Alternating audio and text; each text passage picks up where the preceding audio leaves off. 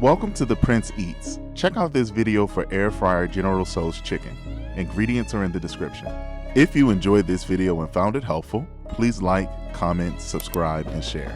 In this video, I'll give tips and tricks on how to get that crispy, crunchy sensation that you know from General Tso's chicken without all the frying. Before I get into the conversation about the actual chicken in this recipe, I want to talk about the vegetables for a moment. If you're like me and you've had General Tso's chicken 100 different ways, you know commonly it's served with broccoli. And broccoli is what I'll serve with this meal. Simply put, grab a whole head of broccoli and cut off the florets. There's really no rhyme or reason to it, just try to cut off as much of the stem as possible. And if you don't have time to cut and steam fresh broccoli, you can also go another smart route and get the frozen kind. For this broccoli, I steamed it for approximately 3 to 5 minutes and ran it under cold water to maintain its color. Next, you'll need to prepare the chicken, which is the star of the show. Once your chicken is clean, trimmed, and prepared, you'll need to take the first step, and that's drying the chicken. Since we'll be cooking this chicken in the air fryer, moisture is really the enemy of this process. What I've done here is laid a few layers of paper towels on top of a cutting board, and I'll place chicken in between 2 layers of paper towels. And what this will do is allow the paper towels to draw moisture from the top and the bottom of the chicken. And to be honest, you don't necessarily have to perform this step this way. Essentially what you want to do is draw as much moisture from the chicken as possible. Feel free to do so as you see fit. Once you're confident that the chicken is dry, the next step is to cut the chicken into small pieces. Whenever I prepare air fryer General Tso's chicken, I like to cut medium to large size pieces. And that's because I take into account the chicken is going to lose a lot of its size during the air frying process as water and moisture is drawn from the chicken. I generally cut my chicken into medium-sized cubes similar to what you saw there. Feel free to cut yours in any way which you desire. And when done, set the chicken in a clean bowl.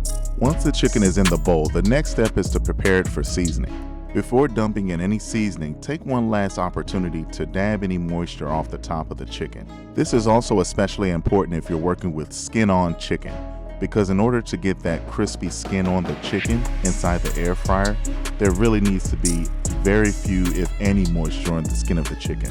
When your chicken is dry and ready to go, you can go ahead and season it.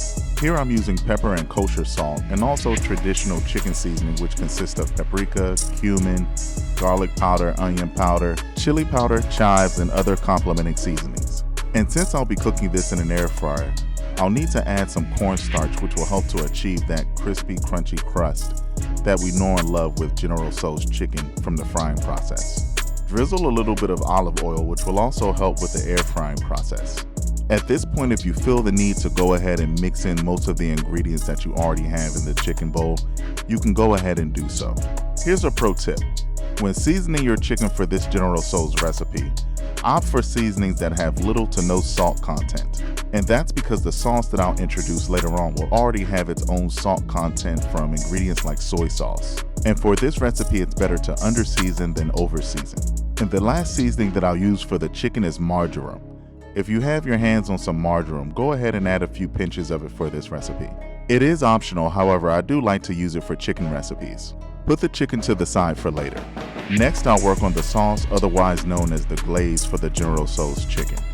Here I have dark brown sugar. That's going to be a classic ingredient for any General Tso's chicken recipe. White vinegar is also necessary to help balance some of the savory and sweet that goes into this recipe. Be sure to use it sparingly. And of course, you can't have an Asian-inspired recipe without using soy sauce. Here I'm using premium dark soy sauce.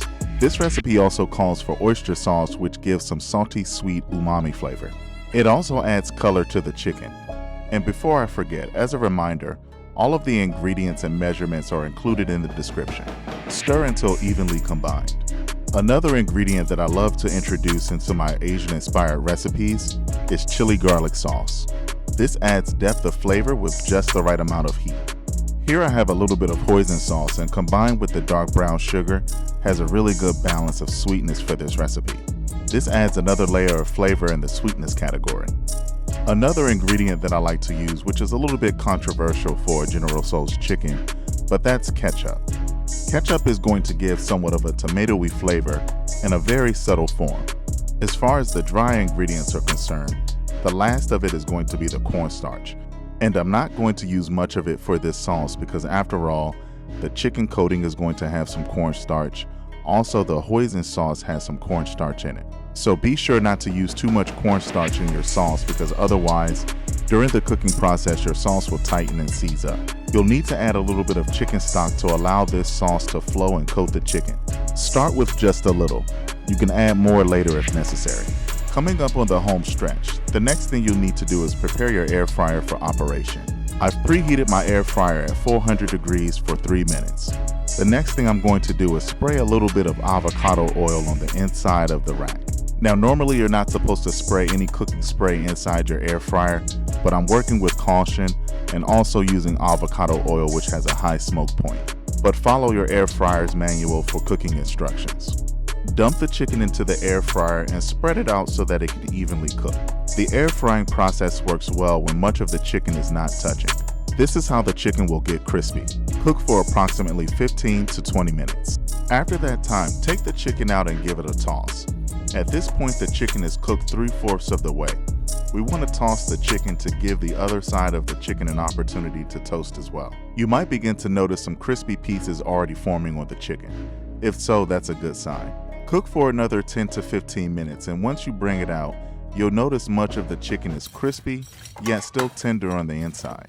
You can hear just how crispy the chicken is. And for a close-up, you can see just how crispy the chicken is, yet it's very tender and juicy on the inside.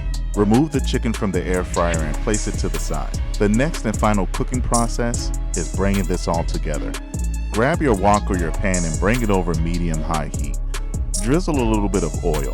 Here I'm using avocado oil, which has a high smoke point and really helps when I'm working with a wok. The first thing you'll cook is the ginger and garlic.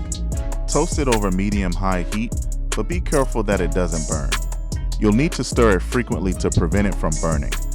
I'm also dumping in some chili peppers, which is optional, however it does add a little bit of heat to this recipe. When the ginger and garlic becomes fragrant, now it's time to add the sauce. Give it one final stir to loosen any of the ingredients that might have stuck to the bottom of the bowl. Over medium-high heat, allow the sauce to come to a simmer, stirring occasionally so that the sauce doesn't stick to the pan. Regulate the heat as you see fit.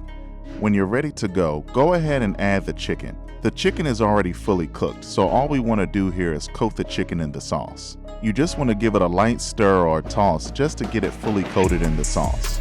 At this point, you can turn off the fire and continue to toss or stir the chicken until it's evenly coated. And just like that, you're done. General Tso's chicken at its finest, without all the guilt from the traditional fried recipe. And because this one is made at home, it's easy on the wallet and it's cost effective. All that's left to do is plate it with some white rice and the broccoli that you steamed. You'll never see air frying the same way again. Visit theprinceeats.com and The Prince Eats on all social media outlets for more simple and easy meal ideas just like this one.